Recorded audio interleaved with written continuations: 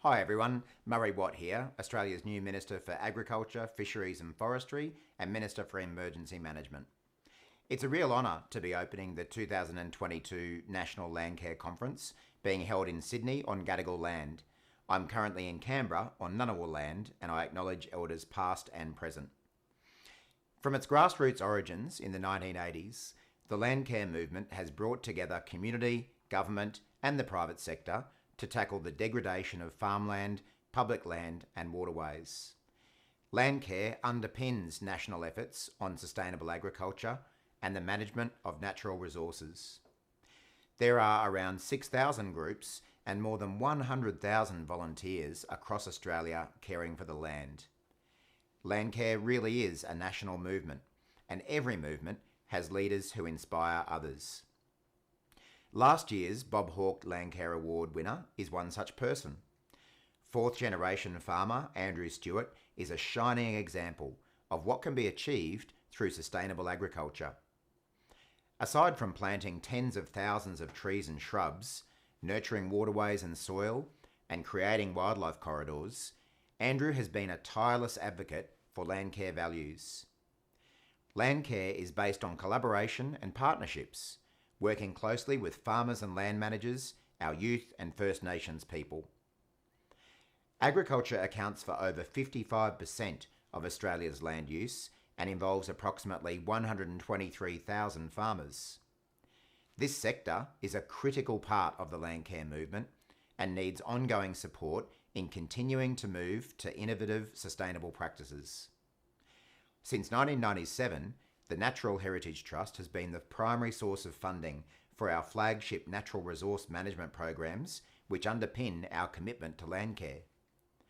The current $1.1 billion Phase 2 of the National Landcare Program, or NLP, ceases on 30th of June 2023 after 5 years. And I'm working with my colleague Minister Plibersek and our departments to design a successor that builds on what we have achieved with a renewed focus on the biggest challenges facing our nation. In particular, I want to explore opportunities to support farmers to engage with biodiversity and carbon markets and ensure agricultural and environmental management are complementary. This government's future priorities for biosecurity, action on climate change, regional development, sustainable agriculture, repairing our biodiversity and reducing carbon emissions depends on further investment and action, including in Landcare. As all of you know, climate change poses challenges for all sectors of the Australian economy, but particularly for those dependent on natural resources. Landcare and sustainable agriculture practices play an important role in building the resilience of farmers and mitigating the impacts of climate change.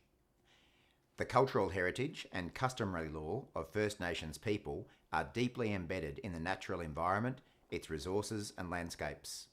We are committed to work in genuine partnership with First Nations people for better outcomes in Landcare. Embracing and employing cultural land management will underpin all future approaches and programs.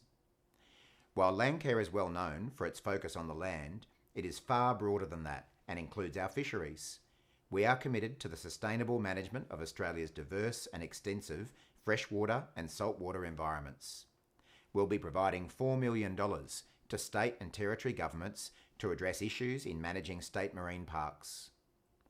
Finally, we do need to acknowledge the impact of major natural disasters such as the 2019 Black Summer bushfires. You cannot be at your best when fires, floods and cyclones devastate communities and our natural environment.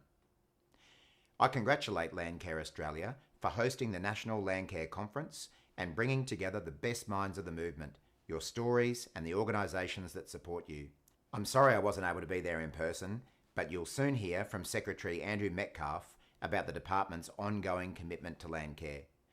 I wish you all the best for your time in Sydney over the next 2 days, and I hope that the conference provides a stimulating and passionate forum for the discussion of your ideas and experiences. All the best.